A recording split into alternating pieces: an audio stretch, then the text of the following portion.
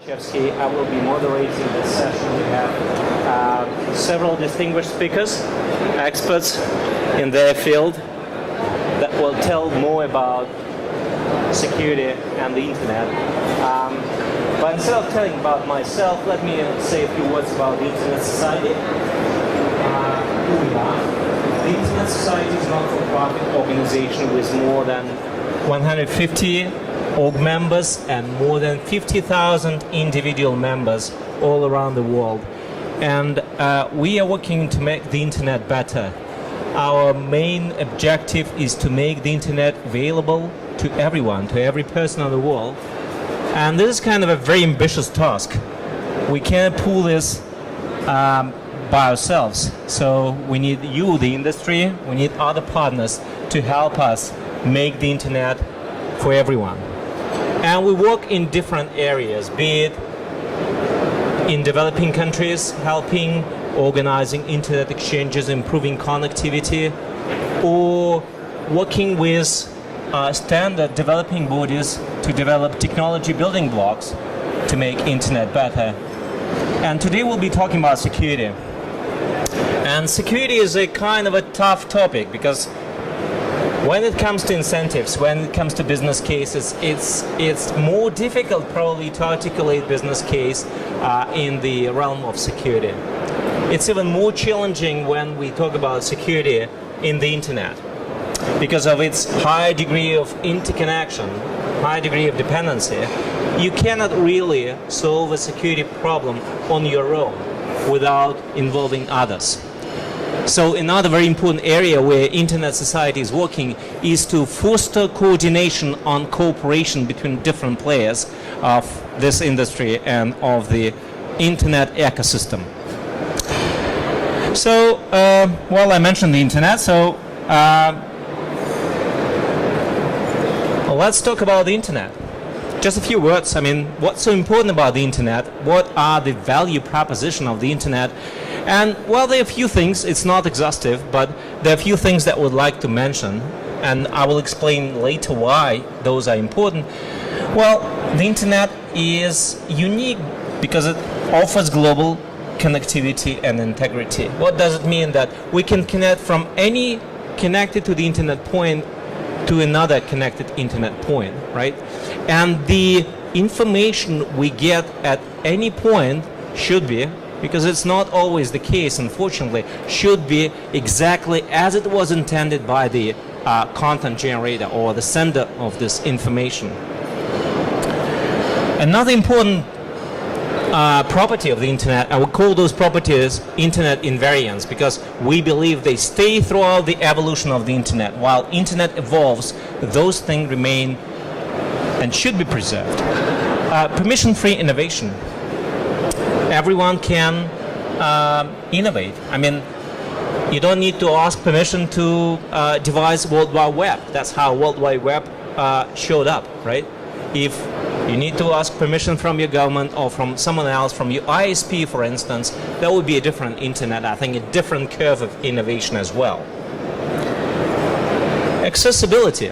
Well, it's not only that you can connect to the internet and get information. In fact, the unique nature of the internet, everyone who connects to the internet is a contributor at the same time. So he or she becomes part of this ecosystem. That's kind of quite interesting if you think of this. And, well, I mentioned this already, the spirit of collaboration. That's one of the things that holds the internet together, apart from other things, of course. So, well, I showed you a few goods, but the thing is that good and bad are intertwined in the internet. So we spoke about the open platform. It's open, you can connect, you can access. At the same time, it's open for attack intrusion. It's a permission-free innovation, which means that malware and other bad things can be innovatively developed as well. It has global reach, which means that impact is global, right? It's crossing borders, and something happening here can have huge impact in other part of the internet. And one of the things that Internet is built on cooperation, voluntary collaboration, which makes it difficult sometimes to mandate certain things. So when we search for safety, when we speak about security, I think there are a few things that might be useful to consider. Well, first of all, there is no absolute security, right? I think if this is the objective, this is kind of chasing the horizon, so to say. Risk. We are managing the risk, and that's the approach we are looking at. When we talk about risk, it's very important that we're not only looking at inward risks, kind of traditional security approach where you defend yourself, you have your perimeter. With internet, perimeter is not that clear where it is. And another factor is that you probably should manage outward risk. What risk you as a participant create for this environment, right? It's more environmental problem, but I think it's very important because we are much better off if the whole internet is secure and not just our little island. And in many cases, you just simply cannot secure your little island without cooperation with other parties. And, well, I mentioned those invariants at the beginning. I think it's very important when you look at security solutions, you keep those invariants in mind and you think, how my security measures protect me at the same time preserving those invariants? And this is sometimes a very tough trade-off to make. But that's important to keep in mind.